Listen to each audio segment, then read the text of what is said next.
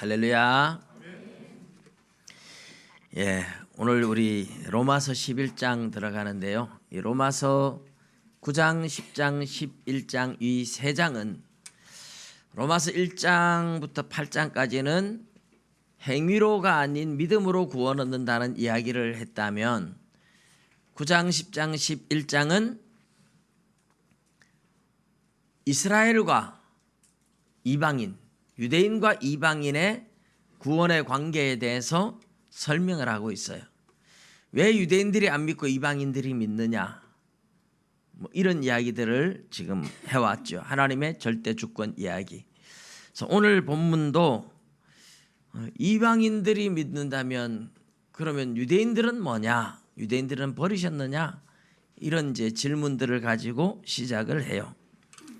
제가 주보에 늘 문제를 내고 있는데 여러분들 이 문제를 혹시 보고 풀고 계신지 모르겠습니다. 많이 지나갔지만 연말까지 매주 잘 풀어서 가져오시는 분들은 소정의 상금을 주도록 그렇게 하겠습니다. 오늘 우리 제가 이 문제하고 연관시켜서 설교하는 모습을 한 번도 안 보여드렸는데 오늘은 이 본문에 나오는 내용과 이 문제를 제가 하나씩 연결해서 한번 설명을 해드릴게요. 이스라엘 백성들은 다 버림을 받았는가요? 라고 첫 번째 질문이 있죠. 11장 1절에 보면 그러므로 내가 말하노니 하나님이 자기 백성을 버리셨느냐 이렇게 묻잖아요. 그죠? 하나님이 자기 백성 이스라엘이에요. 이스라엘을 버리셨는가? 다 버림받았는가? 근데 그럴 수 없느니라. 답은 아니오죠. 그죠? 하나님이 이스라엘 백성을 다 버리셨는가? 아니요. 그럴 수 없느니라. 버리지 않았다는 겁니다. 그럴 수 없느니라. 2번 문제가 보면 이스라엘 백성 가운데 남은 자가 있다는 증거는 뭐냐? 그러면 하나님이 이스라엘을 다 버리지 않았고 그 이스라엘 가운데에 구원 얻는 사람, 남은 자가 있다는 증거는 뭐냐? 이렇게 두 번째 질문이 나오는데 본문에 뭐라고 말했습니까? 증거를 이렇게 말하죠. 나도 이스라엘인이요 아브라함의 씨에서 난 자요 베냐민 지파라. 바울 사도 자기가 내가 바로 이스라엘 민족이 아니냐, 내가 바로 베냐민 지파고 내가 바로 아브라함의 씨니까 나도 이스라엘 백성인데 하나님이 버리지 않고 구원해서 사도가 되지 않았느냐, 내가 첫 번째 증거다, 이런 얘기를 하고 있는 거예요. 두 번째, 하나님이 그 미리 아신 자기 백성을 버리지 아니하셨나니 너희가 성경이 엘리야를 가리켜 말한 것을 알지 못하느냐. 그가 이스라엘을 하나님께 고발하되 주여 그들이 주의 선지자들을 죽였으며 주의 제단들을 헐어버렸고 나만 남았는데 내 목숨도 찾나이다 하니 그에게 하신 대답이 무엇이냐. 내가 나를 위하여 바알에게 무릎 꿇지 아니한 사람 7,000명을 남겨두었다 하셨으니 그런즉 이와 같이 지금도 은혜로 택하심을 따라 남은 자가 있느니라. 여러분 이게 무슨 말이냐 하면 하나님이 이스라엘을 버리지 않았다는 증거를 말하는데 첫째는 내가 증거다. 내가 하나님 믿지 않느냐, 예수님 믿지 않느냐. 그 다음에 과거에 이스라엘이 열왕기상 19장에 나오는데 아합 왕 때에 엘리야가 갈멜산에서 바알 선지자 450명, 아세라 선지자 400명과 기도 대결을 했어요. 그래서 짐승을 잡아놓고 불을 붙이지 않고 하나님께 너희들은 바알에게 기도하고 나는 하나님께 기도하고 불로 응답하는 신이 진짜다, 이렇게 대결을 했는데 바알 선지자들이 하루 종일 해도 죽은 신이 응답을 못하죠. 근데 엘리야가 하나님께 기도하니까 하늘에서 불이 확 쏟아져 가지고 재물을 다 태웠어요. 이렇게 엘리야가 기도 대결에서 승리를 하고 엘리야의 마음에는 엄청난 기대를 했어요. 하나님이 진짜 신이라는 걸 보였으니 아합도 이세벨도 이스라엘 백성들이 하나님께 돌아올 거라고 생각을 했는데 안 돌아왔어요. 오히려 이세벨이 사람을 보내가지고 엘리야에게 경고를 합니다. 내가 내일까지 반드시 너를 죽여버리겠다. 너를 죽이지 않으면 신들이 내게 벌 위에 벌을 내림이 마땅하다. 이렇게 하는 거예요. 엘리야는 너무 충격을 받았어요. 아니, 하나님이 진짜 살아계신 신이라면 하나님을 섬겨야지 왜 바알을 섬기지? 이해를 못하는 거예요. 오늘날 많이 그렇죠. 예수 믿는 사람이 안 믿는 사람들하고 대화를 해보면서 하나님이 진짜 살아계신 분이라는 것이 너무나 명백한데 왜 하나님을 안 믿지? 예, 그건 우리 믿음이라는 건 우리에게서 나오는 것이 아니라 하나님의 선물이기 때문에 그렇습니다. 믿습니까? 그래서 엘리야가 충격을 받고 저 북쪽 사마리아 왕궁에 있던 엘리야가 남쪽 유다를 통과해서 브엘세바를 지나서 유다 광야로 들어갑니다. 그래서 유다 광야까지 도망을 온 엘리야가 로뎀나무라는, 우리나라 말하면 쌀이나무 비슷한 로뎀나무 아래 그 광야의 그늘이 그거밖에 없어요. 거기 누워서 하나님 나 죽여주십시오 이러고 있는 거예요. 하나님 나 죽여주십시오. 이만하면 됐습니다. 죽을까 봐 겁이 나서 도망간 사람이 죽여주십시오 이러니까 그게 좀 이상하지 않나요? 사람은 그래요. 아이고, 어르신들도 그런 분들이 많아요. 빨리 죽어야 되는데, 그런데 진짜 아프면 큰일 났다 이러는 거예요. 제가 우리 요양원의 어르신들하고 그런 얘기를 할 때가 있어요.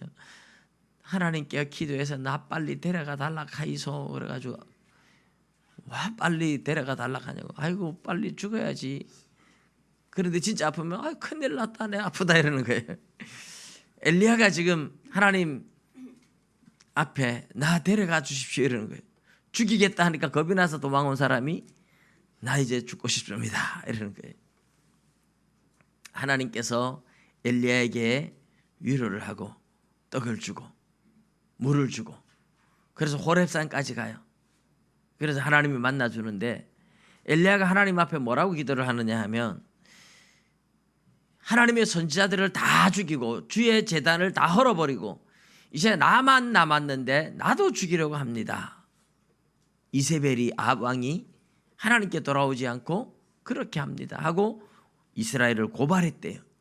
그런데 하나님이 응답하시기를 엘리야에게 뭐라고 응답을 했습니까? 내가 나를 위하여 바알에게 무릎 꿇지 아니한 7,000명을 남겨두었다. 할렐루야. 그 7,000명 어디 갔는지 바알은 보지 못했어요. 어디에 숨었는지 알지도 못해요. 너무나 혼자 외롭게 고군분투하고 있는 거예요. 그렇게 한 두 가지 사건이 과거에 하나님이 엘리야가 나 혼자 하나님 믿는 것 같다 할 때도 하나님은 하나님의 백성을 숨겨뒀다는 거죠. 지금도 마찬가지다. 내가 베냐민 지파 아브라함의 씨 내가 바로 이스라엘 백성인 것이 하나님이 이스라엘을 버리지 않은 증거 중에 하나고 과거에 엘리야 때 하나님이 그렇게 했던 것처럼 지금도 하나님은 이스라엘을 남겨두었다. 하나님을 믿는 예수님을 믿는 하나님의 백성을 남겨두었다. 다 버리지 않았다. 그렇게 이야기를 하고 있습니다. 근데 남은 자들은 그러면 어떻게 구원 얻은 사람들입니까? 세 번째 질문이 그거죠. 은혜로 택하심을 입어서 구원을 얻었다. 내 노력과 내 행위가 아닌, 그렇죠? 그런즉 이와 같이 지금도 은혜로 택하심을 따라 남은 자가 있느니라. 5절에 그랬어요. 만일 은혜로 된 것이면 행위로 말미암지 않음이니 그렇지 않으면 은혜가 은혜되지 못하느니라. 하나님의 은혜로 택함을 입은 자들이 남아 있다. 그 은혜로 구원을 얻었다. 이렇게 말씀하고 있어요. 문제가 그냥 이 본문을 차례대로 제가 이제 그렇게 낸 겁니다. 그런데 하나님께서 이스라엘을 그러면 왜 많이 넘어지도록 허락하셨는가? 그리고 이방인의 구원이 이스라엘에게 어떻게 도움이 되는가? 이런 두 가지 질문이 있죠. 그런데 본문에 보면 7절 이하에 보면 그런즉 어떠하냐 이스라엘이 구하는 것을 얻지 못하고 오직 택하심을 입은 자가 얻었고 그 남은 자는 우둔하여졌느니라. 하나님께서 많은 이스라엘을 우둔하게 하나님을 믿지 못하게 내버려 뒀다는 얘기죠. 기록된 바 하나님이 오늘까지 그들에게 혼미한 심령과 보지 못할 눈과 듣지 못한 귀를 주셨다 함과 같으니라. 귀가 있어도 듣지 못하고 눈이 있어도 보지 못하는 거예요. 믿음의 눈이 없는 거예요. 믿음의 귀가 없는 거예요. 하나님의 말씀을 들을 수 있는 눈과 귀가 없는 거죠.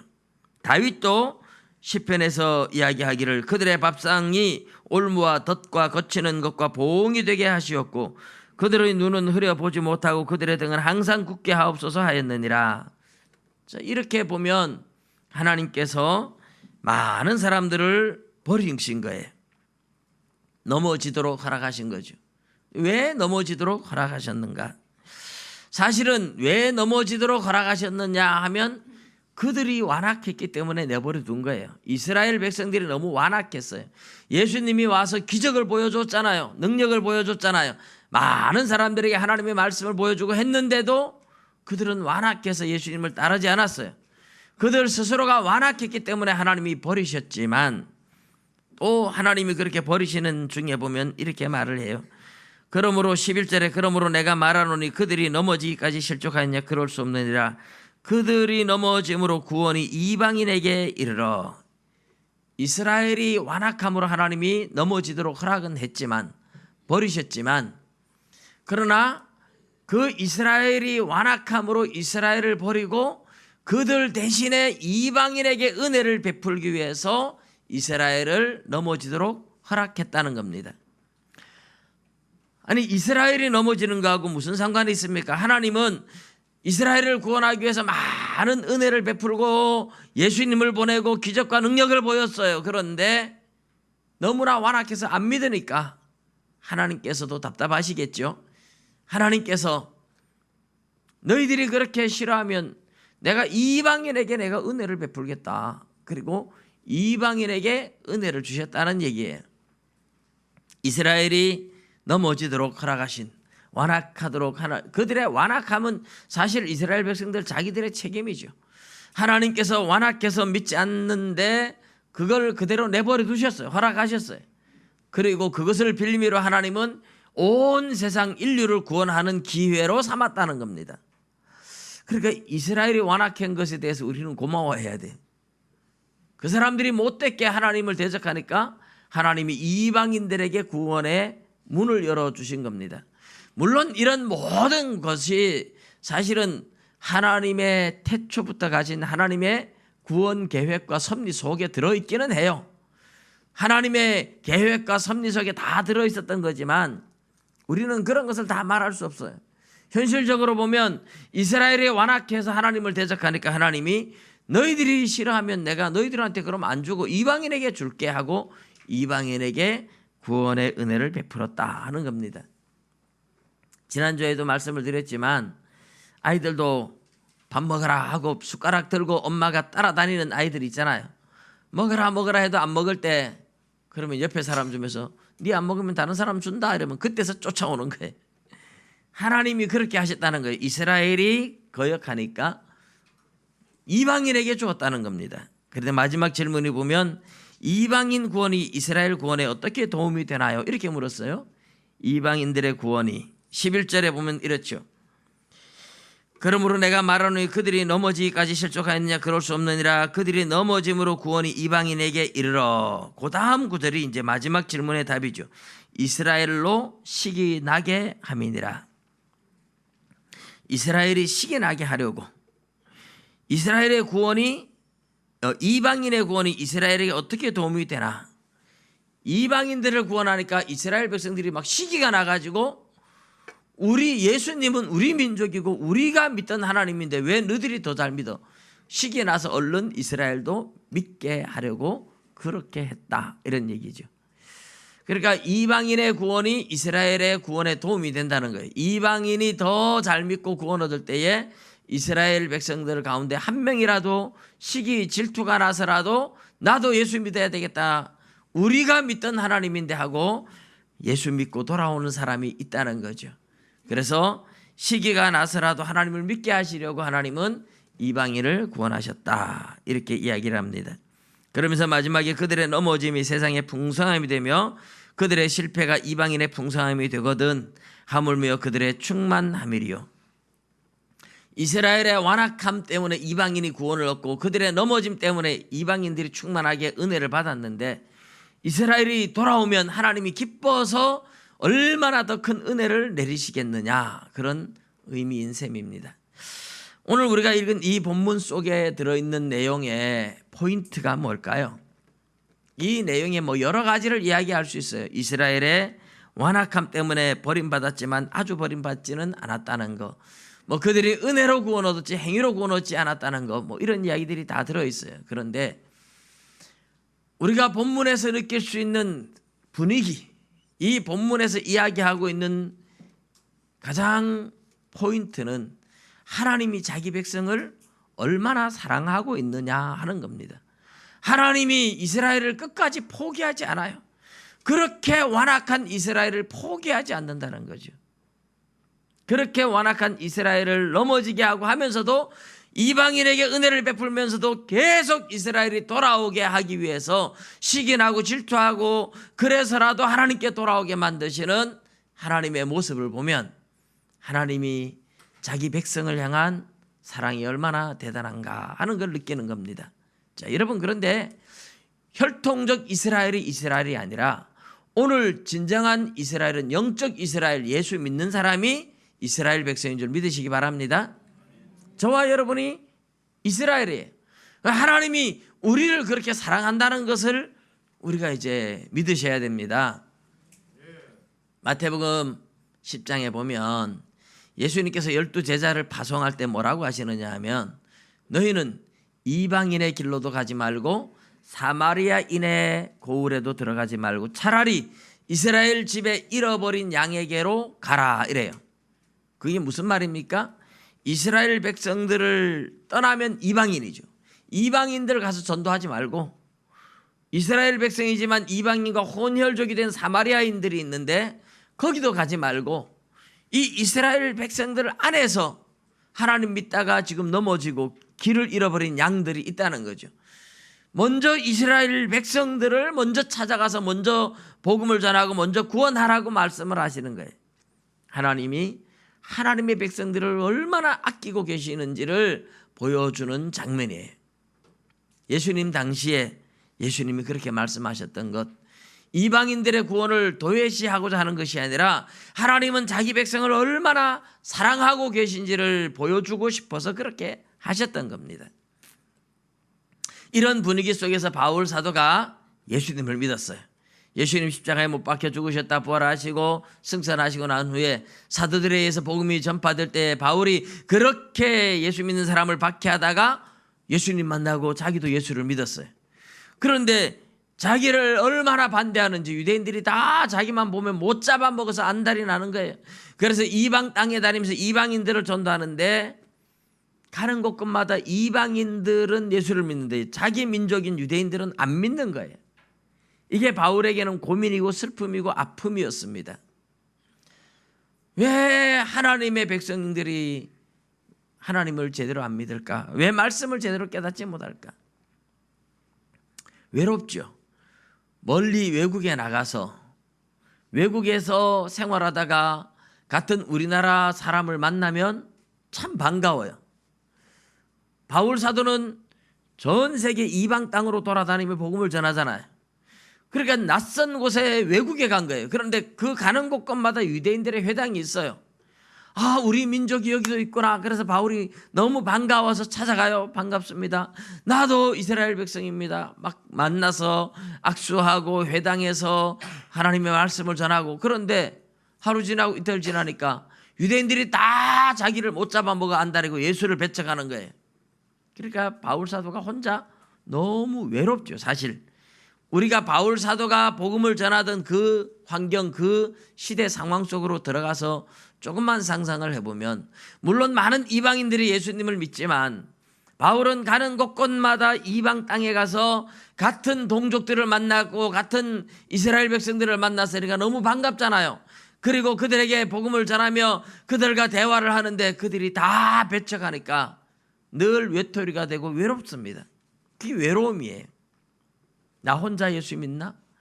하나님이 이스라엘 백성들을 버리셨나? 이런 고민을 하면서 성경을 쓰게 되는 겁니다. 성경을 이렇게 썼다고 해서 이게 바울의 생각이고 바울의 고민이니까 하나님의 말씀이 아니다 이렇게 생각하시면 안 돼요. 예수님이 세상에 오셨을 때 유대인들이 예수님을 두려워하지 않고 십자가에 못 박아 죽이는 이유가 뭡니까? 똑같은 사람이에요. 사람의 몸을 입고 왔어요.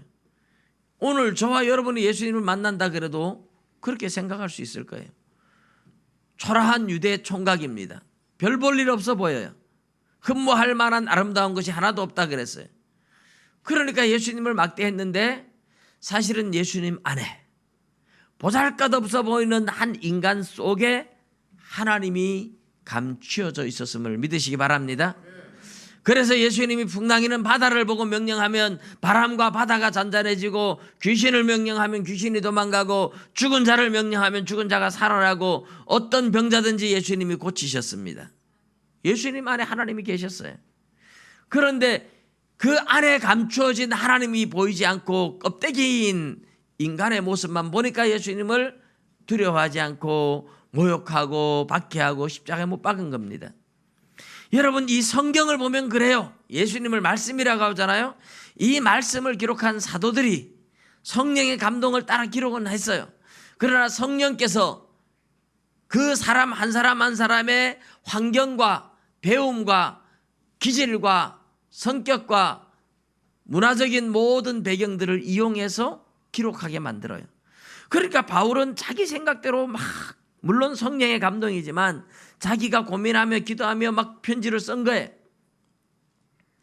그래서 신학교 다니면서 공부를 하고 바울이 이렇게 고민하며 쓴 편지고 이러면 이게 성경이 뭐 하나님 말씀 아니네, 사람이 쓴 작품이네, 그렇게 생각하는 순간 실족해서 넘어지는 겁니다. 사람이 고민하며 기록했지만 이 사람이 고민하며 기록할 때에 성령께서 영감을 주셔서 기록하도록 만드는, 보이지 않는 하나님의 손길이 함께 계셨기 때문에 우리는 그것을 유기적 영감이라 그래요. 유기적 영감.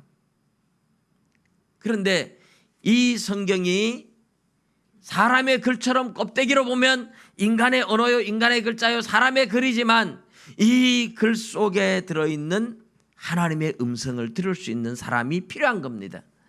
이 말씀 속에 이 말씀을 하나님의 말씀으로 믿고 믿음의 눈이 열려서 믿고 인정하고 믿고 듣고 보고 기도하며 말씀을 보는 사람에게 성령께서 그 속에 들어가서 역사를 일으키는 줄 믿으시기 바랍니다. 하나님의 말씀인 줄 믿으시기 바랍니다. 사람의 글이에요. 그러나 사람의 글 속에 하나님의 음성이 들려있는 하나님의 말씀이 동시에 함께 존재하고 있습니다. 아니, 이 자체가 다 하나님의 말씀이지만 껍데기로 보면 사람의 글처럼 보이고 믿음의 눈으로 보면 하나님의 말씀인 거예요. 예수님의 겉모습이 인간이지만 그 안에 하나님이 함께 계시는 것하고 똑같습니다. 말씀을 하나님의 말씀으로 믿으시기 바랍니다. 바울 사도는 그렇게 다니면서 혼자 전도하다 보니까, 물론 뭐 동역자들은 있었지만 유대인들이 다 뺏어가니까 사실 너무 외로웠어요. 그런 거에 대한 고민을 가지고 하나님이 이스라엘을 버렸는가 하고 고민을 했던 거죠. 그런데 버리지 않았다는 확신이, 아까 말씀드린 것처럼 자신도 이스라엘 백성이고 엘리야 때 말했던 그 과거에 하나님이 일하셨던 것처럼 지금도 일하실 것이라는 그 확신을 가지는 순간에 하나님이 자기 백성을 버리지 않았다 하는 믿음이 오는 거예요. 그래서 이런 이야기를 하는 거죠. 제가 시골교회에 햇소름 8년 정도 있었는데 시골교회에 있으면 꼭 이런 기분이 들어요. 열심히 전도하고 집집마다 찾아가며 전도하고, 동네가 한 90포 정도 되는데 뭐 한 90가구 정도 되면 작은 동네는 아니에요. 그런데 학생들, 청년들은 좀 있었는데 자라면서 다 도시로 떠나고, 열심히 노인들은 전도하면 말로는 가지요 이런데 아무도 교회 안 나와요. 주일날 많이 오겠다 하고 기대하고 와서 있어 보면 아무도 안 옵니다. 여름에 농사철이 되면 교회 나오던 성도들까지 농사하러 다 가버리고, 어떨 때는 노인이 한두 명 나왔을 때도 있었어요.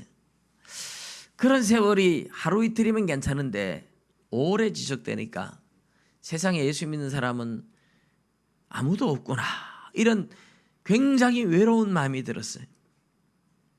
그러다가 도시에서 제가 대구의 삼성교회에 헌신 예배를 온 적이 있었는데, 이런 교회에 헌신 예배를 오니까 수백 명이 앉아 있는 거예요. 젊은 사람은 하나도 예수 안 믿는 줄 알았는데 젊은 사람들이 모여 있고 막 진짜 막 예수 믿는 사람이 많은 거예요. 그래서 도시에 와서 헌신 예배를 드리면서 막 용기를 얻고 위로를 얻고, 야, 예수 믿는 사람 많구나. 이런데 또 막상 시골에 가서 있으면 아무도 믿는 사람이 없는 같이. 그때에 같이 주변에 있었던 한 목사님이 지금 인봉교회라는 곳에 와 있는데 성도가 3명이에요. 성도 3명인데 지금 1년 넘게 고군분투하고 있어요. 자녀들도 다 커서 다 떠나고 없고. 제가 그분을 생각하면 마음이 아파요. 참 많이 외롭겠구나. 우리 교회 언제 오후 예배 때 몽땅 거기 가서 한번 같이 예배 드리고 헌금도 해주고 한번 그러고 왔으면 좋겠어요. 다음에 당회할 때 장로님, 제가 잊어버릴지 모르지만 한번 안건으로 올려서 우리 그렇게 한번 했으면 좋겠다. 제 그 생각이 들어요. 옛날에 우리 찬양 집회 많이 갔잖아요. 그렇게 찬양 집회는 아니라도 가서 같이 예배드리고 한 번씩 용기를 주고 위로를 주고 오면 참 좋겠다. 먹을 거라도 해가지고 찾아가서. 여러분, 참 시골에 있으면서 사람이 너무 없으니까 예수 믿는 사람 아무도 없는구나, 이런 외로움이 들 때가 있다니까요. 바울 사도는 해외를 다니면서 유대인들이 아무도 믿는 사람이 없구나, 이 외로움을 느꼈다는 거죠. 그런데 기도하면 할수록 하나님이 유대인들을 버리지 않았다. 하나님이 유대인들을 넘어지게 하는 것은 이방인들에게 구원의 기회를 주기 위한 것이고, 이방인들이 돌아오게 하면서 유대인들이 시기 나서라도 맺게 만들려고 하는 유대인들, 하나님의 백성들을 향한 하나님의 뜨거운 사랑이 숨어 있구나 하는 것을 바울은 기도하면 할수록 더욱 확신을 가지고 느꼈던 겁니다. 할렐루야. 하나님은 지금도 하나님의 백성들을 그렇게 사랑하고 아낀다는 거예요. 물론 안 믿는 사람들이 돌아오기를 원하죠. 복음을 전하고 안 믿는 사람이 하나라도 돌아오기를 원하지만, 여러분처럼 예수 믿는 사람, 교회 다니는 사람, 다니다가 낙심한 사람, 이 하나님을 믿는 사람들을 향한 하나님의 사랑이 사실은 엄청나게 많습니다. 저와 여러분을 향하여 하나님이 지금도 음성을 들려주기를 원하세요. 여러분, 우리가 교회를 다니고 있지만 하나님의 음성을 듣고 다닙니까? 하나님과 동행합니까? 여러분, 솔직하게 자기 양심을 향하여 한번 얘기해 보십시오. 나는 예수님 안에서 행복합니까? 나는 예수님의 음성을 듣고 살아가고 있습니까? 나는 예수님 때문에 날마다 기쁨으로 충만합니까? 아닌 경우가 더 많을 거예요. 말로는 교회 다니는데 하나님의 음성을 들을 수 있는 귀가 닫혀버린 지 오래되고, 내가 교회를 다니기는 하지만 주님으로 인하여 기쁨을 누리지 못할 때가 더 많고, 내가 교회를 다니고 있지만 주님과 함께 동행한다는 것을 느끼지 못할 때가 너무 많습니다. 하나님은 지금 저와 여러분에게 나를 만나라고 말씀하시는 거예요. 나를 만나라고. 하나님 만나는 방법이 성경에 굉장히 많이 나와 있습니다. 특별히 예레미야 29장 13절에 보면, 옛날에는 예레미야 29장 13절에 전심으로 나를 찾고 찾으면 나를 만나리라 이랬는데, 지금은 이제 개역 개정판 성경이 되어서 바뀌었어요. 이 정도 되면 방송실에서 딱 띄워줄 줄 알았는데 안 띄우고 있어요. 예레미야 29장 13절 말씀에 지금은 온 마음으로, 같이 한번 읽어보겠습니다. 시작. 너희가 온 마음으로 나를 구하면 나를 찾을 것이요 나를 만나리라. 할렐루야. 온 마음으로 나를 구하면 나를 찾고 나를 만난다. 근데 우리가 하나님을 지금 못 만나고 살아가요. 예수 믿고 교회 다니고 그렇지만 못 만나요. 사실은 하나님은 우리에게 말하고 싶은 거예요. 우리를 부르고 계세요. 만나고 싶고 부르고 싶고 대화하고 싶고 한데, 우리의 마음이 하나님께 전심으로 하나님께 향하지 않거든요. 어디로 향합니까? 세상으로 향하는 거예요. 우리의 마음이 너무 세상으로 많이 기울어져 있어 하나님의 음성을 듣지 못하는 안타까움, 그것이 하나님의 아픔이고 그것이 하나님의 눈물이고 하나님의 슬픔이에요. 저와 여러분을 향한 하나님의 뜨거운 사랑이 있는데, 하나님이 우리를 부르고 계신데 우리가 못 듣는다는 거예요. 우리의 마음이 너무 세상으로 향하고 있으니까요.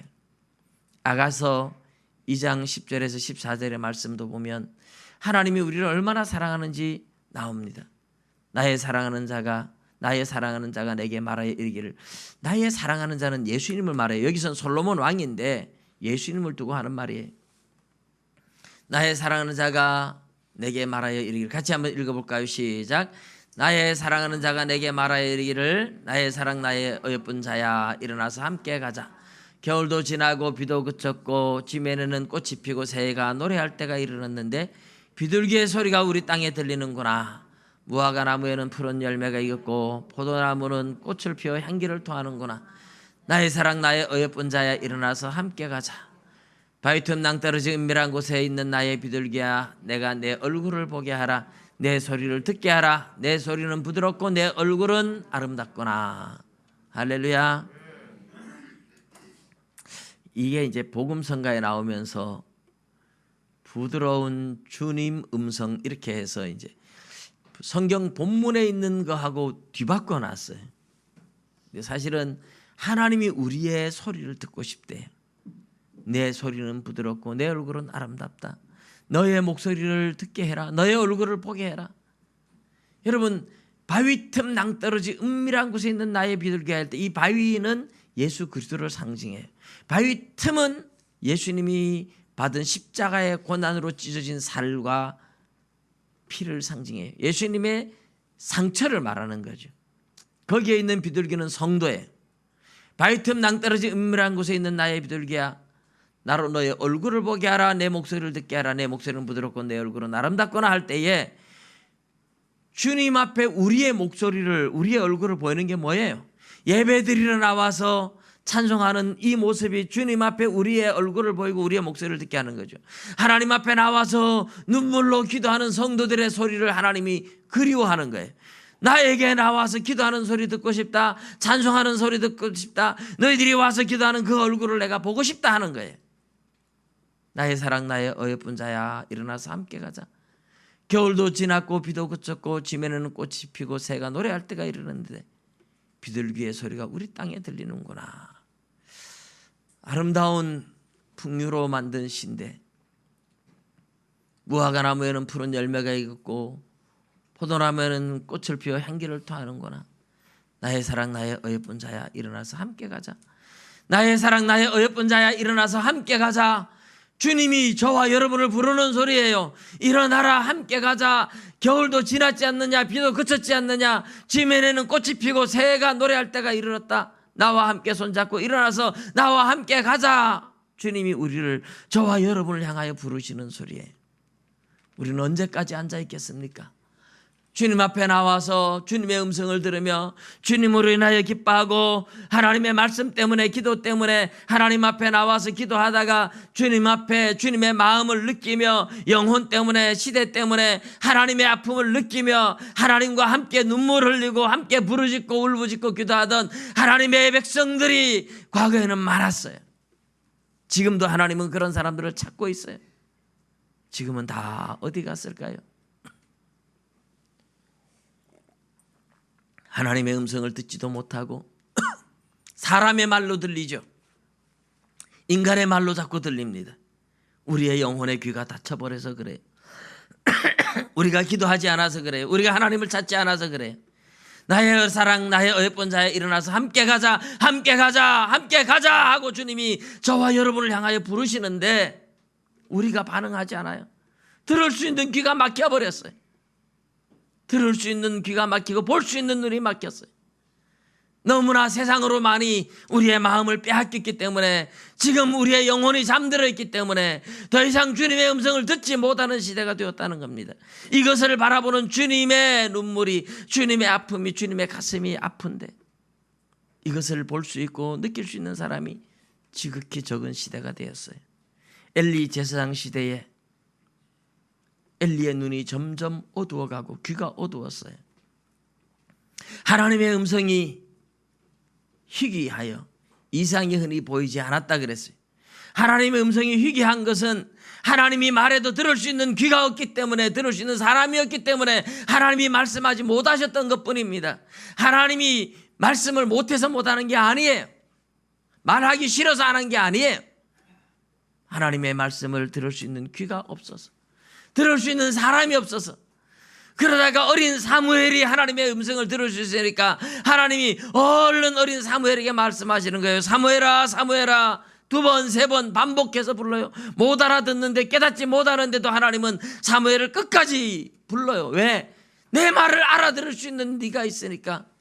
내가 너 아직까지 때도 되지 않고 어리지만 그래도 내 말을 들을 수 있는 귀가 열린 너에게 내가 말하고 싶다. 얼마나 하나님이 답답했으면 아이를 잡고 이야기를 하겠습니까? 아이를 붙잡고 얘기를 해야만 하나님의 음성을 들었습니까? 여러분, 오늘 우리 시대가 그렇게 하나님의 음성을 들을 수 있는 사람이 없어요. 하나님의 음성을 들을 수 있는 귀가 없어요. 그게 저와 여러분의 모습이. 이게 아파야 됩니다. 가슴이 아파야 돼요. 이것 때문에 하나님 앞에 나와서 나에게 주님의 음성을 들려달라고 울부짖고 기도해야 돼요. 그게 우리 시대잖아요. 이 시대의 영적 상태입니다. 우리들의 영혼의 상태가 그래요. 이 시대의 교회는 많지만, 믿는 사람은 많지만 진정 하나님의 음성을 들을 수 있는 하나님의 종들이 너무 적어요. 이게 가슴 아프게 와닿아야 된다 이 말입니다. 이것 때문에 하나님 앞에 울어야 되는데, 여러분, 하나님은 자기 백성을 버리지 않아요. 하나님은 자기 백성을 너무너무 사랑하세요. 너무너무 사랑하세요. 하나님의 음성을 들려주고 싶어 해요. 일어나서 함께 가자고 말씀을 해요. 그러나 너무 세상에 유혹이 많아서 하나님의 음성을 들을 수 있는 사람이 너무 없습니다. 주님의 음성을 들을 수 있는 귀가 열려져서 여러분, 이제 주님의 음성을 듣고 주님의 손잡고 함께 주님과 동행하는 저와 여러분 될 수 있기를 주님의 이름으로 축복합니다. 기도드리겠습니다.